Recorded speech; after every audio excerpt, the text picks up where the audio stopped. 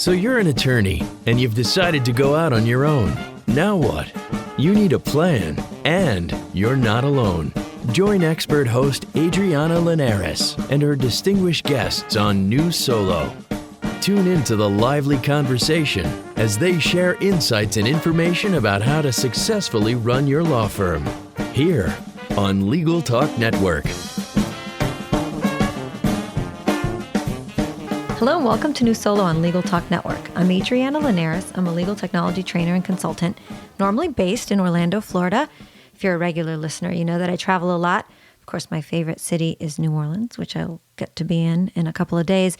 But today, I'm in the great city of Omaha, Nebraska. I came to Omaha a couple of days ago to speak at the Solo Small Firm Conference that Nebraska and Iowa were having together.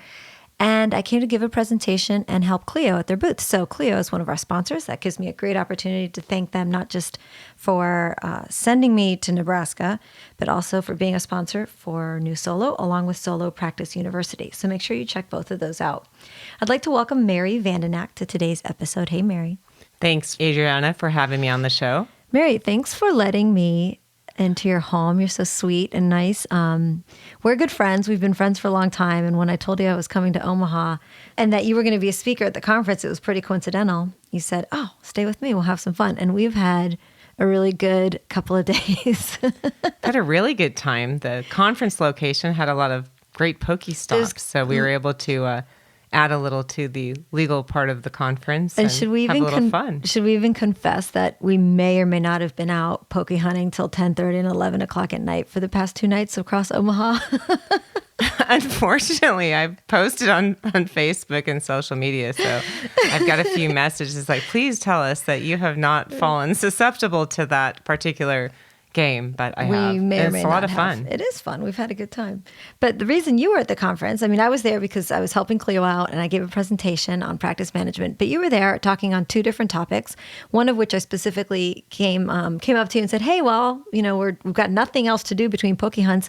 Let's record a couple of podcasts." And I decided we're going to have to break this up into 2 because the topic is I wouldn't say it's complex, but there's a lot to talk about, and it's alternative fees. It's one of your favorite things to talk about and teach other lawyers about. So that's what you were doing at the Solo Small Firm Conference, right? That's right. And exactly what is, I feel like lawyers hear about it and read about it all the time, but can you just quickly describe, in case someone's still trying to grasp it, or maybe they're new, or maybe they're a new lawyer, which they are. This is kind of geared toward new solos, new lawyers, but I know that we have a lot of other types of listeners. But what is an alternative fee when it comes to thinking about running a law practice? An alternative fee generally is any fee, any way of charging for a law firm's services that isn't actually the billable hours. So the traditional way of charging is, here's my rate, and I'm going to charge you based on how many hours this takes me. An alternative fee, and there's several different types that we'll talk about, is just any way of doing it that is other than the hours times the rate. The billable hour is still how you figure out what your alternative fees are going to be, at least on some of the fee types. But it's not just an hour times rate, and here, whatever the bill you get at the end of the month is going to be the cost. Key component of it is that we're going to be able to tell the client up front, this is what I'm going to charge you for the particular service that you're looking for. And in your law practice, which tell us real quick a little bit about, what you do here in Omaha and the type of practice that you have, you regularly include an alternative fee structure when you're working with your clients, right? So tell us what you do. So my partner and I founded our firm several years ago, and we broke off of a big firm. And so we did a lot of thought on who and what we could serve when we came out of a bigger firm into a small firm environment. And originally it was just the 2 of us starting this particular firm. And what we wanted to be able to do was to be really clear about, we're pretty efficient, we're pretty technologically oriented. You are. And we wanted to benefit from that also, as well as serve our clients a little bit differently. And one of the things that one of my business clients had told me early on is, I just want to know how much stuff is going to cost me when I call you. And so that's what we decided to... Wait, were you shocked when a client said that to you? Or did you think, well, that makes perfect sense? Because as a consumer, I always want to know whatever I'm going to be paying for. I want to know the cost up front. Whether it's my lawn guy or the dentist or, another consultant. Were you shocked? Because I feel like clients are often, my clients, I should say, which are the lawyers, are often surprised to hear that maybe a client wants to know upfront what it's going to cost them for their services. I think it is. I don't know that I was shocked so much as I made a decision at that moment it was more like, wow, that is really right. Yeah. Because she gave me the same type of example that you just did. She said, if I go to the grocery store and I decide I want to buy Kraft macaroni and cheese or the store brand, it tells me how much each option is going to cost, and I can make a decision And based it breaks on it that down by cost. the ounce, FYI, right? Right. I mean, like there's a micro cost there that I'm aware of. And her point was, look, a well-run business looks at opportunities, looks at costs. And so in going into, and it was actually a fairly big project that she was giving me. And I remember at the time going, oh, I have no idea how to figure out what I'm going to charge for this project. But I was talking to her about it, saying, well, look, I've got to look at this. I've got to look at this. And she said to me, break that down into those pieces. And at least, but I need to know how much it's going to cost so I can make a good decision. And as part of the fear, which I'm going to guess that your answer is going to be yes, because I have this fear as a consultant when I do project-based billing, that you're either overpricing or underpricing it. Like it's just hard to figure out the exact right cost, right? It is hard, but I think the biggest fear is that you're going to underprice. Yeah, of course. And if you underprice and you're still looking at, because the hourly, it's a service business, right? So the fact of your hour is still going into figuring out how much you're going to charge. And at the end of the day, if you can get billable hour work, and you get 10 hours of work at your rate versus you've worked more hours than you quoted on this particular project, then at some point you're essentially working for free. Nobody wants to work for free. But there's some ways to resolve that in pricing as well. It's why we have to, with some of it, some people will think that an alternative fee is just, hey, it's a flat fee. That's not. And you're locked in. Right. But that's not right. That's not what an alternative fee is. You might use a flat fee for some really what I call the commodity type of services. Somebody's forming a new business entity. Most of that, what you know, the parameters of the formation, you can come up with the rate and stick by it. Any additional services, and that's one of the keys in developing flat fee models, is that, okay, if I'm going to do an entity formation, it's going to be, we charge $650 plus costs for basically a fairly simple formation. And that's actually price competitive with LegalZoom for its full service entity formation. But we're really clear about what we provide for that particular cost.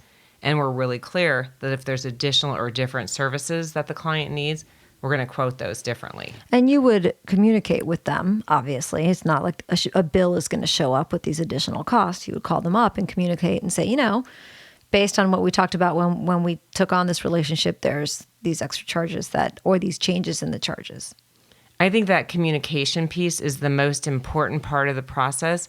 And for whatever the reason, the most challenging part for lawyers to take on.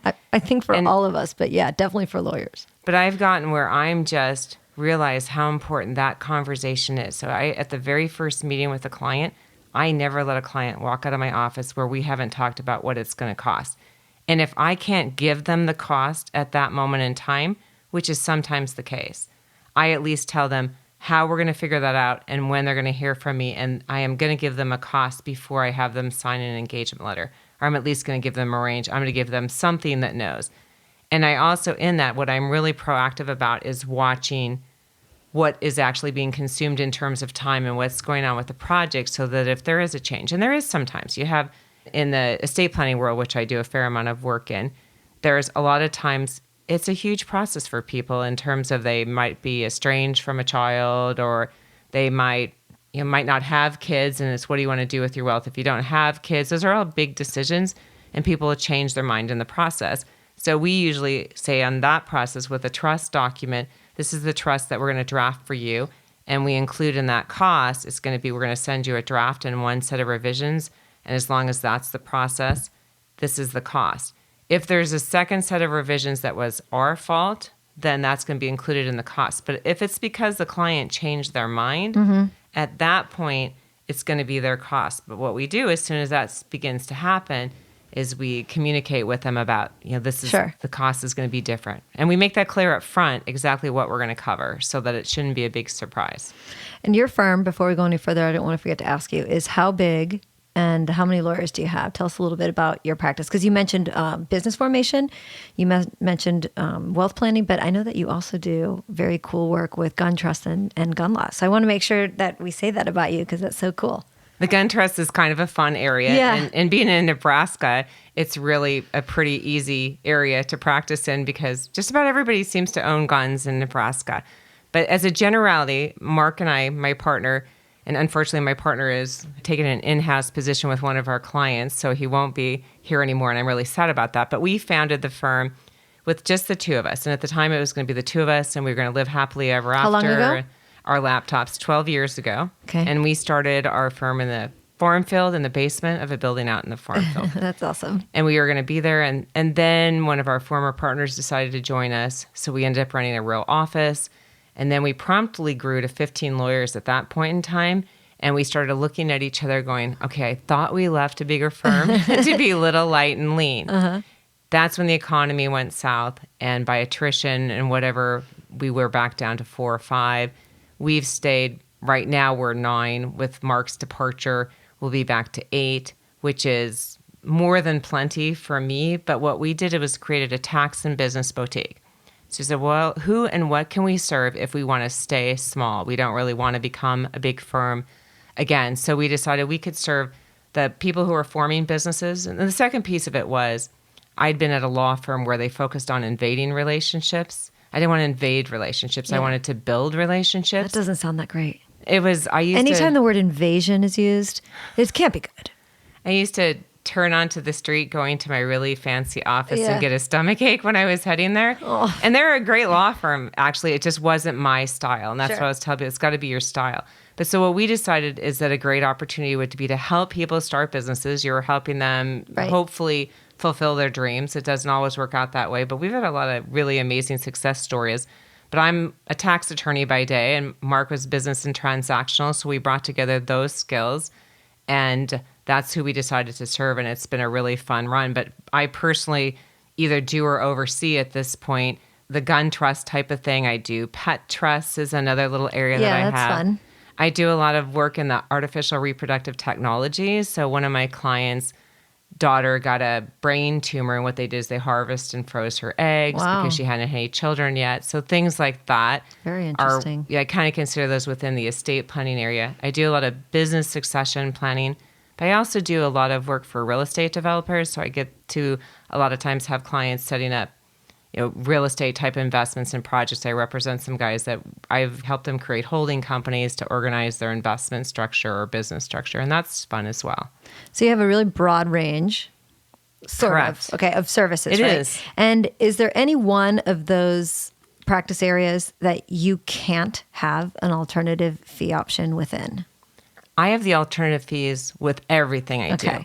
So it might be in some cases, especially like say when I took a client and they had 30 baby project entities with various businesses in them, and we organized them into a couple holding companies. That's a really hard one to say it's going to cost you X dollars. But what I can always do is break that project down into parts and price the project by parts, which the client's usually happier with instead of seeing, hey, the fee for this is going to be this huge, ginormous amount. By the way, I'm going to create this holding company for you and move all the projects into, and here it's going to cost you this giant amount of money. It's a little more palatable if I break it down and say, well, look, we're going to need to form the following new entities, and the cost per each of these entities is going to be a certain dollar amount. And the research we're going to have to do in a few states because you're in some different states, or we might have to contact an attorney there. It's going to cost this amount. So you break it down into the parts. They can see the parts. They can see the process. And they're a little happier to get that. But at the end of the day, there is a bottom line. It might be a range rather than, but we're going to commit to a maximum amount. And in our second episode, part 2 of this, because we had to break it into 2 because there's so much good information, you actually have I'm going to call it your simple 6-step process. And we'll go through figuring out sort of how to break that down and what those ranges are. So you and I had a funny exchange at the Solo Small Firm Conference. Actually, I was like the fly on the wall with another attorney. We were sitting at a reception, and the two of you happened to do the same type of work. But I don't even know if when you started the discussion about alternative fees, if he knew that you guys did the same type of work. So I think the discussion started, and he said, well, I can't do flat fee or alternative fees because my work is very customized. And I watched you almost stroke out. Right. Because I knew that you were going to say, Hardly, dude. So tell us a little bit about that typical exchange you have with lawyers, with them saying, well, my work is very customized. There's no way I could ever do this. What do you say to them? What did you say to him? I don't remember exactly what I said to him. I think I was busy trying to recover from stroking out. But that's one of the most common things that I do hear from clients in any practice area. For me, in my practice area, it was particularly compelling. I'd admit that the first time I had a litigator say that to me, well, I don't litigate. But what I did with that litigator was challenge him, well, let's sit down and talk about that because I don't do what you do. But this particular case is, and I use that in my presentation the next day as an example, is I said, okay, so the really common thing, and I think that attorneys keep themselves from benefiting from the advantages of alternative fees, which there's huge advantages and in I think that's one of the misconceptions that you talked about is that, and that was one of the questions I had for you too, is what are the misconceptions and or the perceptions that either clients or attorneys have? And I think that's probably the biggest one, right? That is the biggest misconception. Right. I can't quote this because it's too complicated. And so my challenge to anybody who makes that statement is, you know what, let's talk about that. Let's really look at what you do. So I do a lot of complex estate planning. And at the end of the day, there's certain pieces of that process that are the same. And we're going to talk about that more detail in the next podcast. But to me, as a generality, even within the complex areas that I do, there might still be 10 different paths that I'm going to take people down. And I can look at each of those and say, okay, but it's a matter of breaking that complex project down. And my challenge to any attorney who says to me, well, look, I can't possibly quote that is, well, have you ever done it before? Right. Have because you ever if you've sat done there? it before, then you should be clear that there's a process and you should break that process into pieces and then price the pieces of the process. And the same gentleman, because I did address that specifically in the presentation, came up to me and talked to me afterwards and asked me to come over and help him out a little bit with that. And I will follow up with him because I think, one, that clients are happier if they know what they're going to pay. And secondly, I think that, personally, a lot of people will ask me, well, what were the market forces driving the use of alternative fees, Mary? I'm like, well, you know what? Right now, if you're in high-end work, you can probably get your rate times your hour. My response to that is, who cares? I want my rate plus times my hour if I can earn that. And if I can be why should I not get the benefit of being super efficient and super organized and using technology? So if attorney A is charging hour times rate and he blunders through using cut and paste strategies to create documents. Which they often do, sure. And I, instead of automated my entire library of forms, at the end of the day, I'm going to have a lot less hours than attorney A. I should be able to make more than attorney A. I should be able to charge at least. And I'm sure you do. And I do. And what we do as we get more and more automated is we usually give the client a break, but we keep some of that. That's why we don't use the hours. We're like, if we know what others are charging and we keep close tabs on that and pay attention to what people are being charged for similar types of services, then we try and make sure we're competitive with those or giving clients a little bit better deal. And if we're making good money or we're making a little bit, essentially a premium rate with the alternative fees, we're good with that. Well, that all sounds good. Listen, before we move on to our next segment, we're going to take a quick break to hear a message from our sponsors. Clio is an invaluable software solution for law firms of all sizes, handling all the demands of your growing practice from a single cloud-based platform. Clio enhances your firm with features such as matter and document management, time tracking, and even billing. Clio is an effortless tool that helps lawyers focus on what they do best, practice law. Learn more at Clio.com. That's CLIO.com.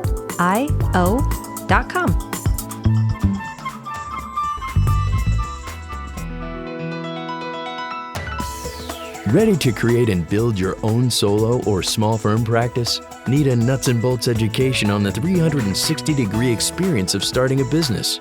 There is only one online destination dedicated to helping you achieve your goals. Solo Practice University, the only online educational and professional networking community dedicated to lawyers and law students who want to go into practice for themselves. More than 1,000 classes, 58 faculty and mentors. What are you waiting for? Check out solopracticeuniversity.com today.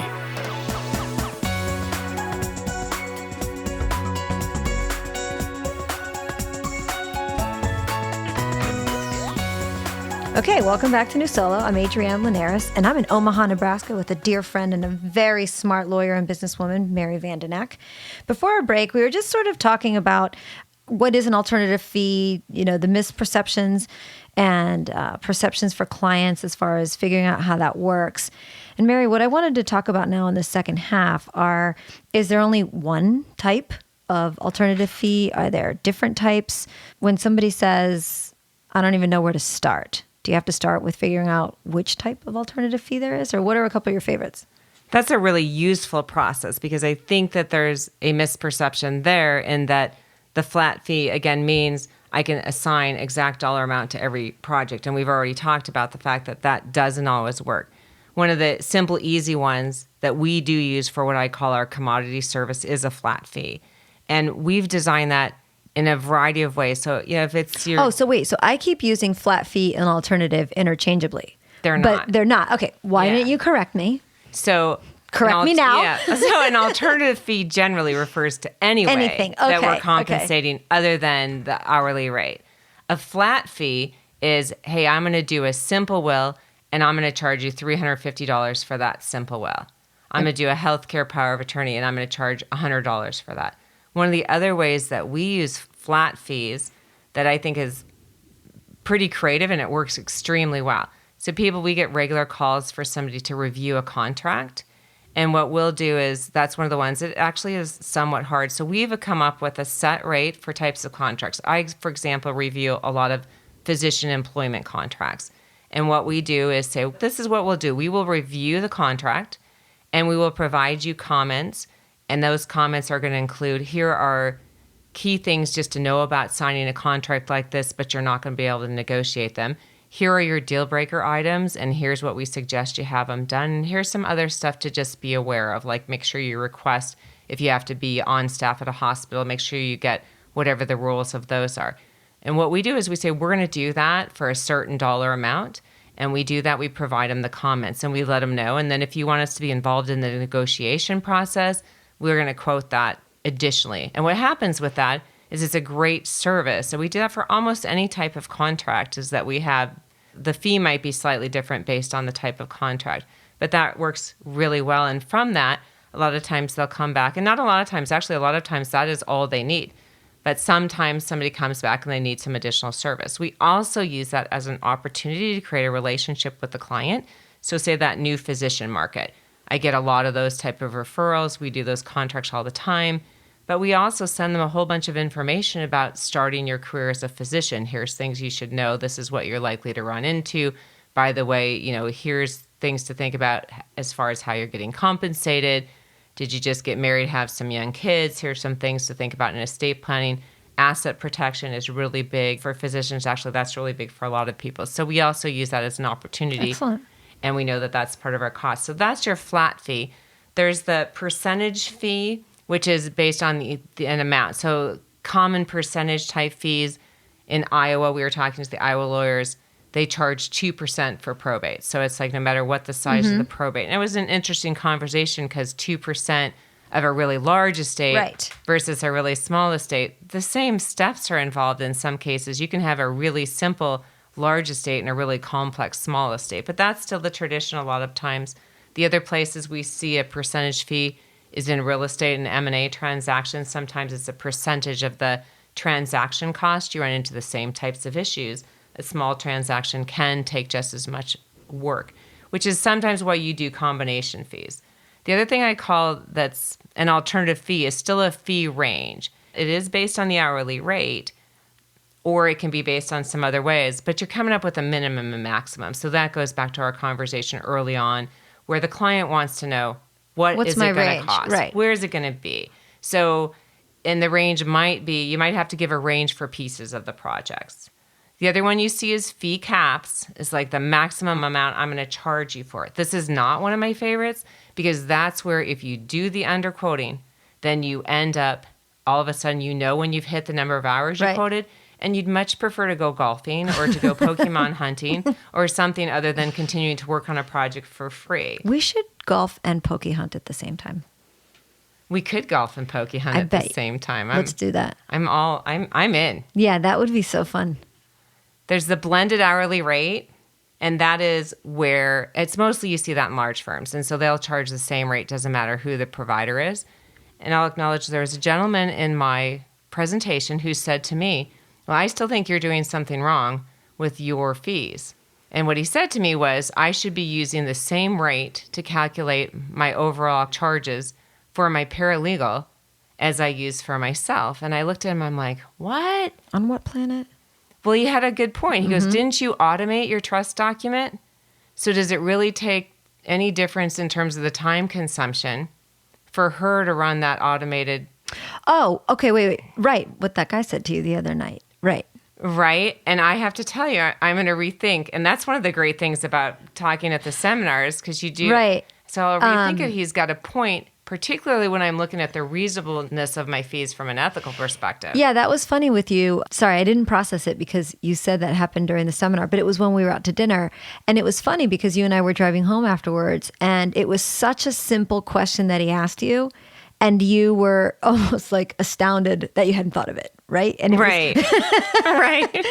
But I think that goes to show you that even with someone who spends as much time as they do figuring out how to run an efficient business, talking to other people and just having an open mind about other ideas can sometimes really, something will snap and you go, yeah, all right, so I like that. Go on.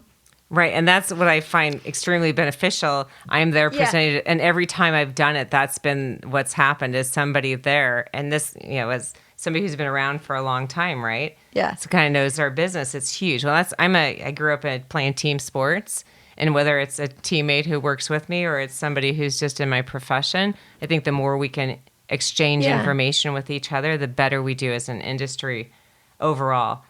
So then there's the task-based fee, which is a variation of what we talked about as the flat fee. And this is one of the ones that I use a lot, and it's the complex planning question. So that's when we had that conversation about, it's too hard. I do these really complex things. I can't possibly do it. Well, you just break it down. So if I'm doing a really complicated transaction, I break it down into its components, and I price each piece. It's like, I'm going to charge this many dollars for forming that entity. I'm going to charge this many dollars for the registration in another state. I'm going to charge this many dollars for registering the 10 trademarks that you're going to need. So those are the task-based fees that might be a part of the bigger project. And maybe a lot of times attorneys haven't thought about really dissecting and deconstructing what a process on a matter takes. And that's where that's helpful, right? To actually sit there and go, okay, well, I have to do A before I do B. I mean, I think a lot of times we just go into almost any project that we can do with our eyes closed and we just start doing it without really realizing that there's a series of tasks or projects or functions that are involved. So doing that probably not only helps the client see the different rates, but it also helps you figure out what those different activities are that help you complete that matter or close that matter, right? Right. I think what happens is if you're blessed to be really busy, it's really easy. Just you have a phone call, you got to get this out the door. Sometimes it's been sitting on your credenza. So you just jump in and do it. It's the forest for the trees problem. I mean, it's hard to realize that there's a bunch of individual trees that make up that whole forest till somebody says, well, break it down. Walk in there. And that's right. You really have to kind of decide to do that because that's one way to function. Yeah. And I just made a decision early on that was really my goal to do better than what I went through 3 large firms early in my career. And what I watched is, okay, there's a cap in rates, at least in this market. So at some point, you're going to only be able to charge, no matter how much experience, no matter how much knowledge you have, there is a rate cap for certain types of work. And as you get older in your career, you might want to work a little less. Yeah. And so all of a sudden you're stuck. You can't raise your rate. You want to work less hours. You'd really like not to have your income go down at that point when you have all this experience. So what happens, and that was what I saw in some of the large firms, if you're totally stuck in hours terms rate, and then you're possibly paying associates more than they're worth to hire the top associates, well, then where does it come? It comes out of the people in the middle. And then you have in some of the larger law firms all this constant transition in the middle, which makes it kind of hard in terms of firm relationships and things like that. So I wanted to try and beat that, quite honestly. Plus, I think it's hard to get metrics and true statistics when there's that much sort of flux and fluctuation in a law firm. But if you can figure out a system that allows you to consistently get back financial feedback you're going to end up being better off in the end and figuring out how to use some of these alternative fee structures a little bit easier. Do you have any more you want to rattle off? I do have another one I'd like to talk about. It's what we call the availability retainer. And a lot of firms use different variations of it. But so we're always thinking when we're charging fees and what you charge are also marketing. And I know people really struggle with that but the presentation of the bill and how we charge is a big indicator of whether you're going to keep the client, whether they're going to call you back. So my goal has always been that my clients are annuities rather than how much can I recover on this project. And part of that was one firm that I worked at. It was always about how much can we make on this project. And if the client never called them back again because they'd been charged so much, they didn't care. So in my world, it's like, well, how can we make both of those things work? Because, we all know that our best return business is a client that's already found us, as opposed to throwing all kinds of time and energy that we don't have into going and chasing new clients. So I've always thought in some law firms, they focus on paying more to people who bring in new clients. I'm like, why don't you pay more to those who really figure out how to keep and evolve the relationships and the work for the clients you already have? Such a basic business principle that so many law firms cannot grasp. It's just astonishing to me. And hugely important. So one of the ways we do that is with this availability retainer. So we targeted helping clients start new businesses. And what happens with those clients is a lot of times they're new business owners. Sometimes they're repeat business owners, but they haven't dealt with all the issues. So what we know is that when they first start that business, they're going to run into a whole bunch of stuff, but they also are on a budget. Sure. And so if they start to call us and they start to get these huge bills, then they're going to freak out. And then they don't call us on the stuff that really matters. So what we tell clients, and that's one of the areas, there's several and we do this in, is a new business client. Here's the deal. We're going to build into your entity formation or something else that we do for them a certain amount of, you can call us for 6 months with anything that comes up, and there's going to be no additional charges.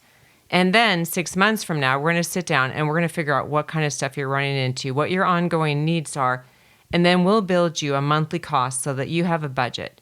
And then you can call us as many times as you need to for that flat monthly amount. And we'll readjust that once a year and we'll sit down and talk about it. We do that also in the human resource area. So we have clients that have one employee and we have clients that have thousands of employees. So the pricing is not the same across the board, but we have what happens in the bigger entity with the 1,000 employees is it's very rarely the owner of the business that's dealing with the employment issues.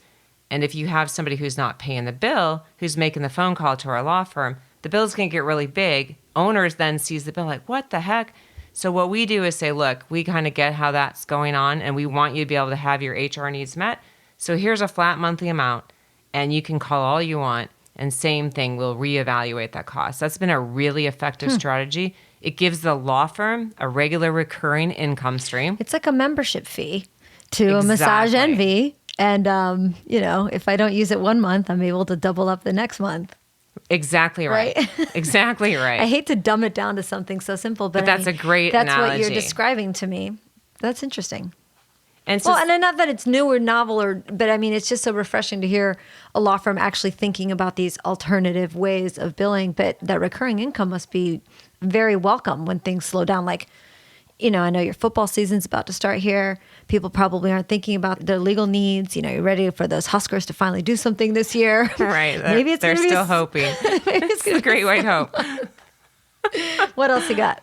So the other one that's worth mentioning is just the use of success fees. And those vary a lot by practice area. So some criminal law cases, they'll use a success fee. Hey, if we manage to do this for you, there will be a success fee. We use them. We do a lot with the Internal Revenue Service. So somebody comes in with a huge tax bill, and we'll quote them a flat fee for the process and a success fee if we actually manage to settle your $100,000 liability for $1,000.